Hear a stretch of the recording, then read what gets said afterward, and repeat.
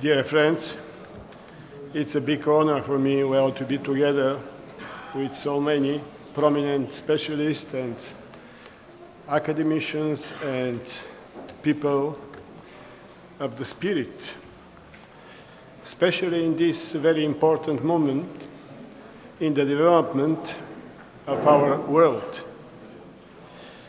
The current international situation is characterized by growing instability, which contributes to the expansion of the scale of terrorism and radical extremism, the intensification of crisis phenomenon in the world economy, and the intensification of struggle for energy and other resources.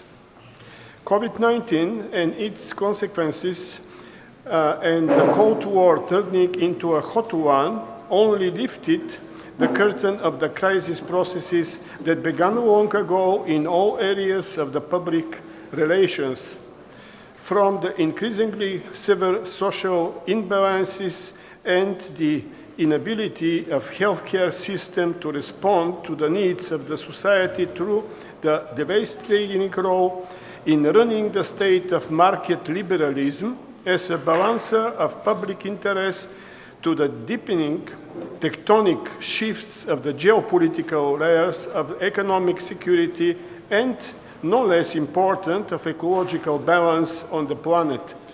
However, all these stumbling blocks in the development, no matter how different at first glance to crisis situation appear, have one common root. Existing social relations have reached the limit of their civilizational adequacy.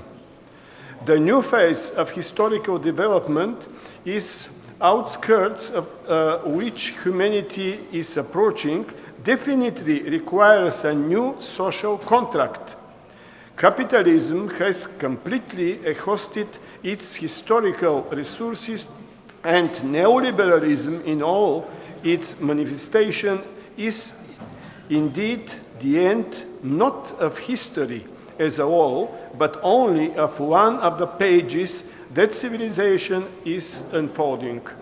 All this causes an increasingly sharp confrontation between the objectively necessary social changes and the status quo of power associated to its dominant centuries-old interests. The coronavirus pandemic practically signals an open clash of the forces driving these two trends. One of the paradoxes of the situation is that the forces of the status quo really, in this situation, on the mechanism of state power under their control. COVID-19 has become a convenient excuse to increase its repressive functions.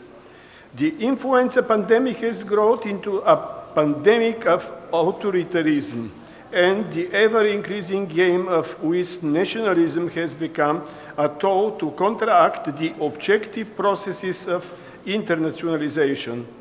Hence, the sharp turn in the attitude of the ruling elites towards globalization as an engine of development. Its core creed, in the context of the transition that the global problems require global answers, is becoming increasingly difficult to fit into the narrow confines of their selfish ambitions for power. Such images went on to a surge of nationalism and various radical political movements. Why nationalism? Why do people search for some kind of stability? Where could they find it? And here comes the social reflex. The best defender of their interests is the national state. That is why more and more people cringe to nationalism, patriotism, and try to use them as a saving barrier to get out of this critical situation.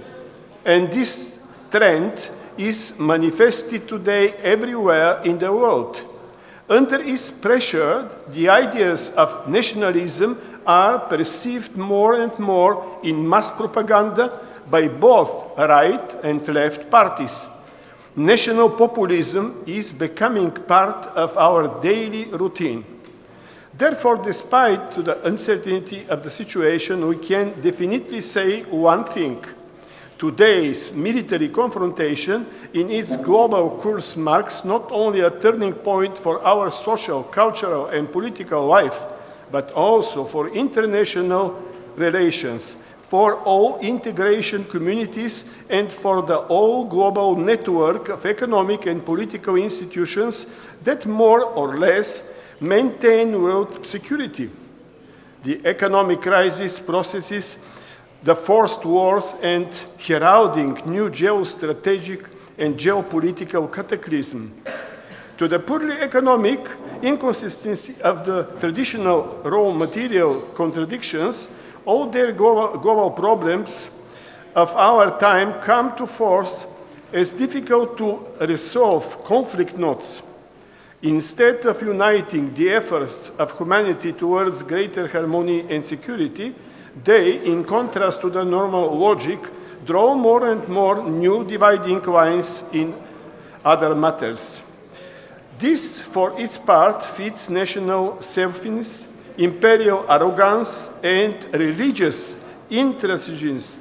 The lack of adequate tools to counteract these disastrous tendencies brings to the fore the most explosive and, at the same time, the most inhuman factor in international relations, the politics of force.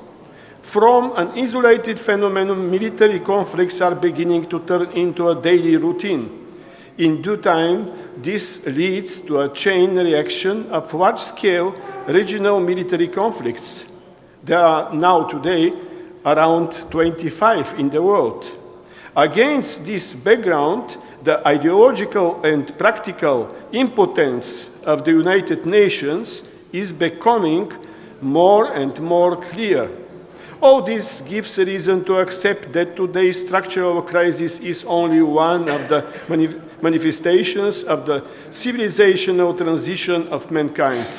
And as we know from the history of each of these transitions, they have always been filled with blood and suffering, with destructive energy, which ultimately clears, albeit at high price from a human point of view, the ground for a new qualitative state of the social organism. Everything that has been said so far, no matter how schematic it may be, gives me reason to conclude that today the world is more and more tangibly in need for a new paradigm of development. This paradigm should be built, on the one hand, on the reformulation of the sacred for the past concept of economic growth, and on the other hand, on new boundaries of our ideas for a sustainable development. The direction in which answers to this fundamental question should be sought is not so much in the field of pure economics, but in the social structure of society, in its higher morality and ethics.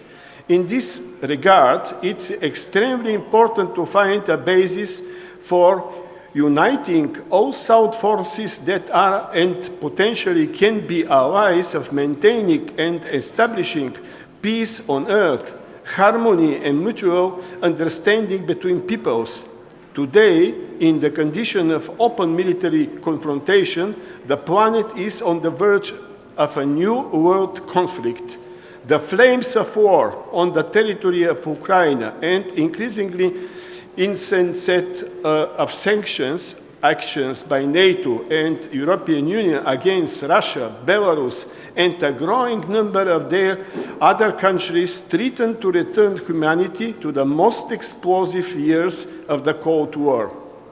It is significant that the world is once again divided by a new Iron Curtain. For millions of Europeans, the time has come to abandon the so-called New World Order, in which negligible part of humanity will have the right to decide for every one of the issues of life and death, and the rest of the population has only one thing left: to obey. Liberal democracy, the last stronghold of the so-called Western civilization, which along with human rights was not the only value that differed from the power of money, has already suffered irreparable damage. So, where is the way out of this situation? The exit was pointed out by one person, born more than 200 years ago, and his name is Karl Marx. He wrote that a political crisis is a crisis of the impossibility of a peaceful transition in a new social political state. This is the moment when society, ordinary people do not want to live in the old way, but the political elites also cannot govern as before. Thus we come to a state that requires that we should, and as he said, destroy this world. And what does that mean? It means that we must move into a new civilizational state. We must understand that an alternative of the basis of the existing status quo is impossible, that the destruction of the world and the formation of the new state of society are objectively required, and that this means that we have reached the turning point of the need for a new social agreement, a new social contract. That means to build a new world and a new society at the expense of the world in which we live. Thank you very much.